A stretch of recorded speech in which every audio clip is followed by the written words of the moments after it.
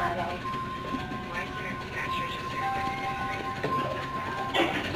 May nagwawala po sa laundry room namin which is locked. May tatlo po ang pusa.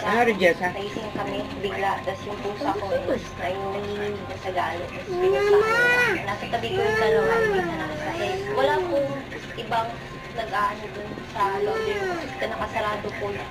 Babot na akin. Hindi nga lang daw, kaya kakaanya ni Simula mami. nangyari yung experience na yun, naniniwala na talaga ako. Nag-i-exist na dito sa mundo. Yan. Matapos yan sa baw ng aming team ang barangay Pusa kung saan nangyari ang insidente. May mga CCTV sa lugar pero wala raw nakatutok sa mismong kalsada. Kung saan nangyari ang insidente. Gayunman, ayon sa pulis. Noong March 3,